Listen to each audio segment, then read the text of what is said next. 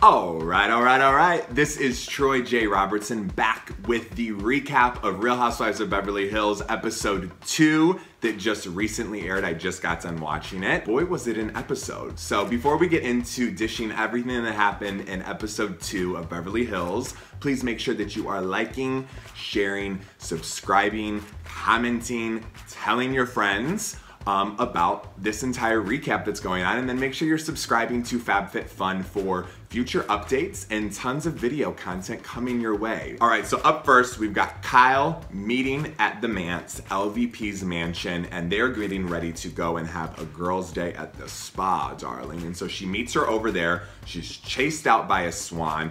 She calls Lisa Swan up. We can bleep the F word out, right? Like, I don't really want to be on camera saying the F word. It was okay last week, but you can like bleep me, right? And then all of a sudden, Lisa, this is hilarious. She just goes, "Don't call my swan a..." That's how the episode starts. It's off to a good start so far, really. Kyle serves us an entirely brand new interview look. This is major for episode 2 to have now seen 2 different looks from Kyle. Kyle is a vision in red. She had this beautiful deep red like lace overlay top with this dark, exactly matching the same shade of red lip on.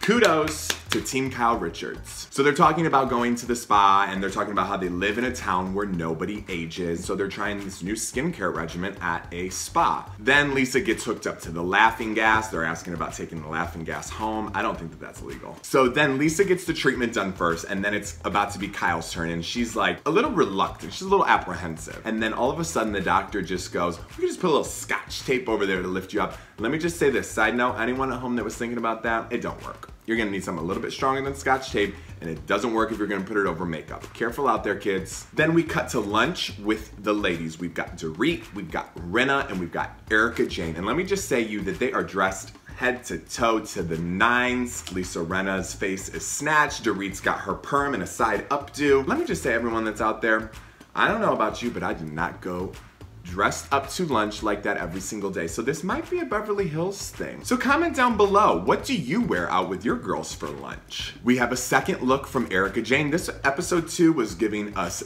interview look realness. Erica Jane is giving us this cheetah print tight bodice dress, big natural nude lip liner lip, and then she's giving us this stunning bleach blonde bob, big. Like, it was like 60s fabulosity. It was everything. This was a look. Kudos to her team. We cut to Denise Richards, and this is her first solo scene. So this is very, very big for a new housewife. We get Denise's first interview look, and it's this really, really pretty light pink macrame style top. But the gag is she looks stunning, but did anyone catch that she had 2 different hair looks? So it made me wonder, was this filmed on 2 different days? Was this filmed in the first half of the day when her hair was a little bit tighter coiled, and then it kind of fell towards the end of the day? I need to know, like, what do you guys think? We come back from a commercial, and it's Dorit and PK talking about an upcoming trip. Dorit is wanting to take the girls to the Bahamas. She's also talking about really wanting to put that dog drama to bed with Lisa and how to do it moving forward. I think that PK was, thinking that extending the olive branch for a trip to the Bahamas is definitely something that's gonna do that. Teddy and Rinna are hiking through the woods. I don't know what it is. It's something about like when they do like the athletic stuff on the Housewives that I really enjoy, especially when they like hike through the hills of Hollywood, except for the fact that they ran across a rattlesnake. No ma'am. Is that normal? Like, are people just running across rattlesnakes in the middle of the woods? No. Anyway, so they start discussing their past. Teddy starts to open up about how when she first moved to Hollywood and how it was really difficult for her when she was starting to become an actress. She went to a couple auditions and she wasn't getting callbacks, and so then her agent had called her and said, "They want you for this part, but it's contingent on you losing weight." It just kind of like, she wanted to be an actress and then she completely stepped back, and that's when she really opened up about her struggles with her weight in her early 20s, which is something that she did talk about her first season on the show last year. And it just talked about how like that statement about her needing to lose weight actually hurt her even more, because then she ended up gaining weight, so it kind of did the opposite effect. It is something I think, again, is very brave for someone to talk about. So it's really big for Teddy to be opening up about that. Then talked about how she posts her workouts every single day because she's got hundreds of women that rely on her to make sure that they're staying accountable, so she has to be accountable for herself. Kyle and Mauricio, the golden couple, I just love them. Mauricio is one of my favorite housewife husbands. I think that he is a great father, great husband, great businessman. Kyle is talking about how Sophia is going to be going off for college soon, how she always feels like so lonely and empty, like when one child leaves, and Mauricio's kind of consoling her and saying, listen, our oldest child left and then another child left. They always come back. They're always gonna visit. They're always gonna come back after they graduate. So like, you can do it, you've survived it, you can do it again. Kyle's getting upset, and then they start to discuss Portia, their youngest, who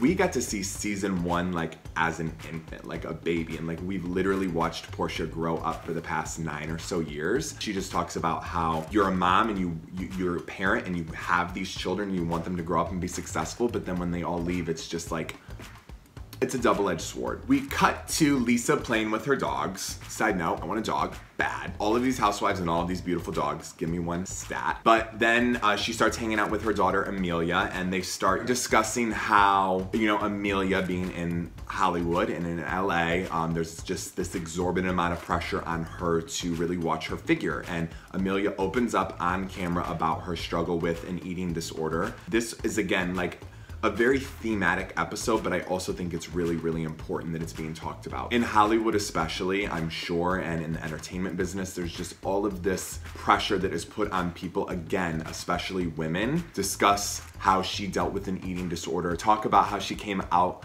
about that on Instagram. It's something that she wants to, I feel like, really help others with. And so with social media, she said she's got people, you know, commenting on her posts all the time saying, I'm dealing with what you're dealing with or what you dealt with, and I need help. This is an extremely brave moment for Amelia, and Lisa Rinna, her mom, obviously said it best. It's her discussing a vulnerability that is extremely fragile. So good for Amelia for talking about that, and for Lisa Rinna being like such a good mom and so supportive of all of her girls. I felt like that was a very humanizing scene. It was something that was extremely relatable to potentially some viewers out there. It might lead people into wanting to seek some outlets or get some help as well. So this was a really good scene, a very important scene, I feel like, for the entire episode, like kind of tying that motif in all together. We come back after a commercial. Dorit's hanging out with her kids. Her kids are actually perfect. They're stunning. Then we see Lisa and Ken driving in a car somewhere. Lisa's talking to Ken about how he rear-ended someone, and listen, let me just ask you all out there. Lisa said, if you rear-end someone, it's always your fault. And I wanna ask you out there, if you rear-end someone, is it always your fault if you rear-end someone? And as someone who rear-ended someone when they were 16 years old, it was my fault, but I want you to comment down below. Lisa's having some people over. They're going to be doing some sort of baking thing together with all the girls. Kyle is not able to be there because she's at a tequila tasting. Camille walks in. She's in this stunning pink jacket. She asks Rinna, is Lisa Vanderpump gonna be here? And she's like, no, I don't think she's gonna be here. Something's wrong with Jiggy. I think Jiggy's fallen a little ill or something. And so that's what Rinna tells Camille. Then we cut to Vanderpump with Ken at a restaurant with Jiggy, of course, and it goes to an interview with Lisa, and she's like, I just didn't really feel like going, to be honest with you. She's like, I didn't feel like going. I'm emotionally raw right now. I'm trying to deal with something. I need you to tell me what you think. Is this the start of Lisa starting to have some issues with filming with the other ladies, or is this just a isolated situation where it's still too much for her to deal with and she just needed a minute? She discusses about how Jiggy might need some sort of like doggy pacemaker machine due to an issue he's having with his heart. That's really sad for me. Anything to deal with dogs or animals or like little baby angels like that. Again, we've seen Jiggy for as long as Lisa's been on the show, so I hope that everything is okay with Jiggy. This scene ends with Lisa bringing up the dog thing, and then all of a sudden we've got some fresh, new, piping hot tea. Lisa is now alleging that the dog that Dorit gave away after getting from Vanderpump's dogs ended up in a kill shelter. That is not the verbiage that was used in episode 1, however. So this like really perked my ears up because she called it a kill shelter in episode 2, but it was just called a dog shelter in episode 1. So very interesting to me. I find it very, very suspect. We cut to the ladies back at the cooking episode, and they're all sitting around at a table. They have just done some, you know, making some sweet treats, and they're sitting around at a table. Dorit just brings up casually, is everyone going to the Bahamas? And everyone's talking about how they're in, everyone's going. It's gonna be a girls trip. Teddy's making it work. It's gonna be fun. We still at this point do not know if Lisa Vanderpump is going yet. It has not yet been confirmed. Then they talk about how Denise Richards met Aaron, and fun fact with this episode, we learned that Denise Richards, who is dating Aaron is still married but has been separated for 2 years. We then learn that Denise Richards' boyfriend Aaron, his soon-to-be ex-wife, is also the ex-wife of Harry Hamlin, who is Lisa Rinna's current husband. Now that is some... All the ladies are packing for the Bahamas, and again, we still don't know if Lisa's coming. It's a big mystery. They're packing. Kyle's leaving at 5 a.m. in the morning. They're getting on a private jet, and let me just tell you, what a way to travel. Dorit then goes, private jet, private resort, and I'm thinking in my head, I'm just happy to be Delta Silver these days, really. Then we've got eyes on LVP. We see her. She's coming on the trip. It's been confirmed, her attendance is present. Dorit invites Lisa to stay in her suite with her. Lisa looks reluctant, to say the least. She then tries to finagle out of it. She wants to stay with Kyle instead. Dorit does not look happy about that, and she goes, you know, like, why? Why don't you want to stay with me? And all the women are like, yeah, why? And she goes, well, she's got a bit of a snoring problem. She's a little gassy, if you will. She basically is not trying to stay with Dorit, and it's a little tense. It's a little awkward. Next week, episode 3, the drama finally ensues. I need you to stick around. I need you to tune back in. I need you to watch, and we are going to be talking about it all. Thank you so much for tuning back in. I hope that you enjoyed this recap. Please, again, like, share, and subscribe to FabFitFun. Let me know if there's anything that you would like me to talk more about. Comment down below. I will see all of you next week for Real Housewives of Beverly Hills. We're headed to the Bahamas, baby. Over and out. This is Troy J. Robertson. Have a great week.